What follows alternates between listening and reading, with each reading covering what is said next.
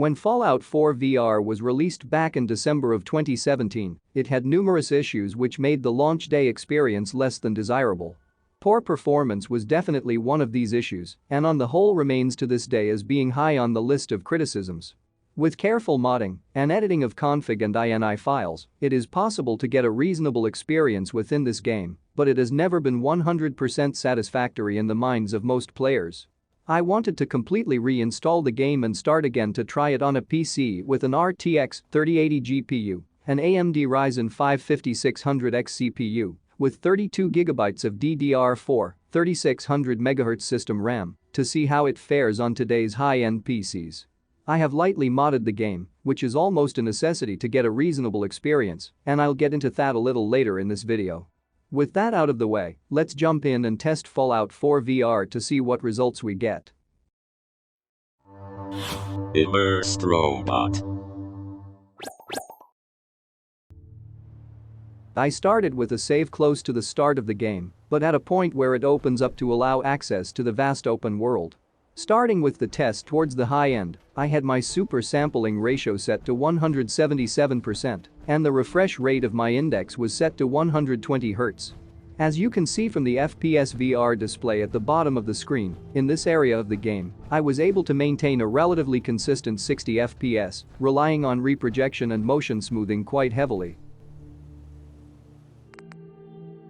You can see my in-game graphical settings here, again edging more towards the high end.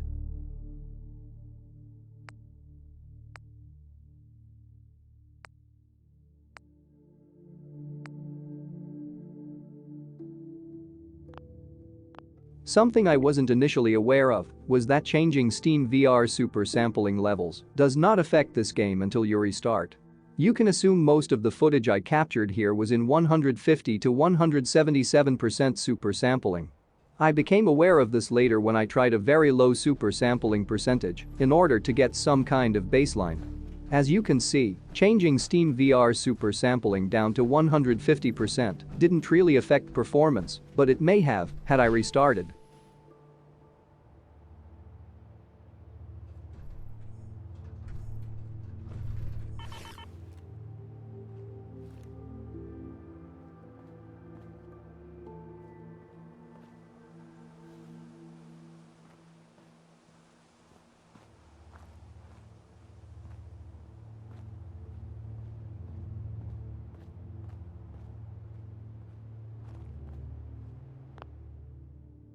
Bringing the refresh rate down to 90 Hz helped GPU load, but I was still running at half frame rate of 45 FPS and relying on reprojection.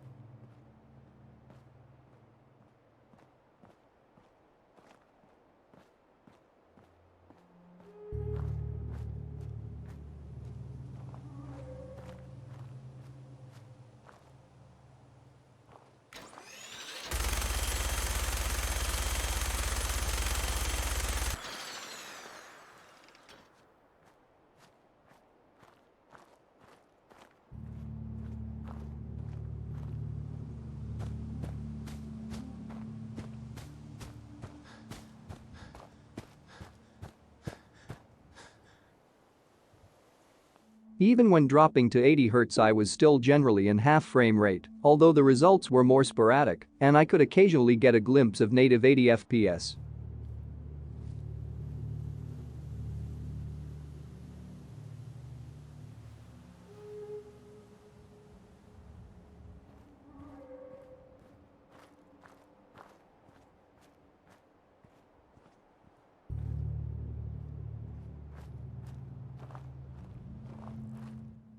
Trying 144 Hz for the fun of it, you can see there are no surprises here really, and I'm still barely maintaining a half frame rate amount of 72 FPS. As I mentioned at the beginning of the video, I did have the game lightly modded to help with both fidelity, gameplay and performance. The list of mods installed is shown on the screen now.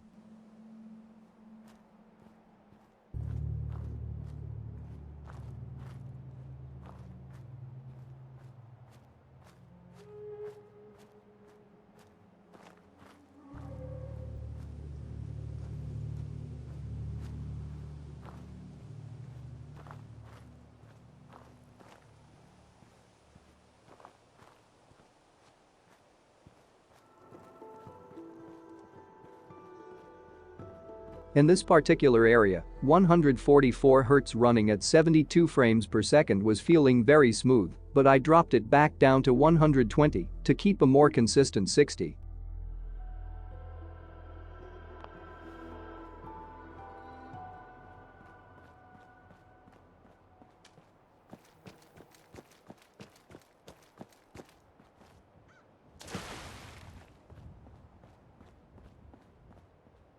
There was a noticeable anomaly around this glitched bird for some reason, and although FPS VR wasn't reporting it, everything went very stuttery in the headset. I wasn't able to isolate what was causing this, but perhaps the glitched bird had something to do with it.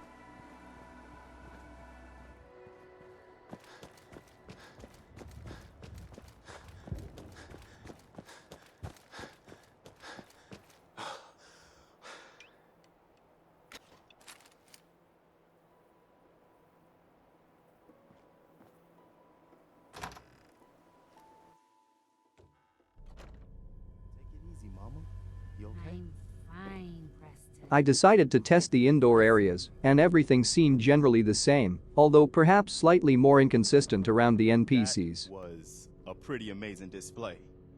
I'm just glad you're on our side.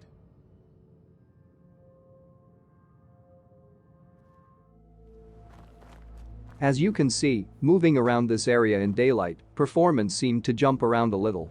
60 FPS remained the standard, and in the headset, I wasn't aware of anything other than very occasional hitches. Everything else seemed to be hidden to a decent amount by motion smoothing in Steam VR.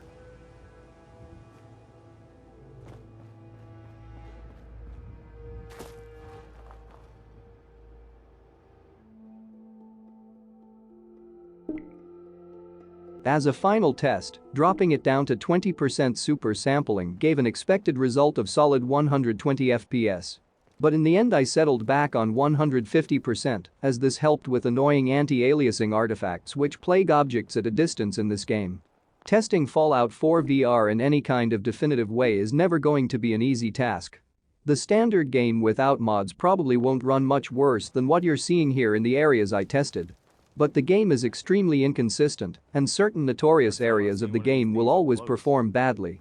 There are mods to help with this, of course, such as the Lucid Institute Performance Optimization mod. You can also certainly try more aggressive mods to increase performance, and I have also heard good things about the VR Essentials Overhaul mod by Gingas VR. I have yet to try it, but I may do that in another video to compare the results with this one. There is a note to mention with that mod, in that it adds a focus on hardcore survival gameplay, which might not be for everyone. I'm sure you can customize the mod appropriately to suit your style, but that may cause issues elsewhere. Either way, it's something to look into, and I'll provide a link in the comments below for anyone wanting to check that out. On a final note, Fallout 4 VR is still far from perfect in this lightly modded version I tried. It is certainly playable on a high-end PC, and the experience is a far cry from what we had on launch day. This is definitely a game for those who like to tweak their experiences and enjoy the rewards of going through the steps to get a high-quality experience within this game. This is an ongoing project for me, and I hope to dive into this a little more in another video. Well, that's pretty much it for this video. please hesitantly tap the like button, and if it's not too much of an inconvenience, then please also subscribe to this channel for more VR-focused content.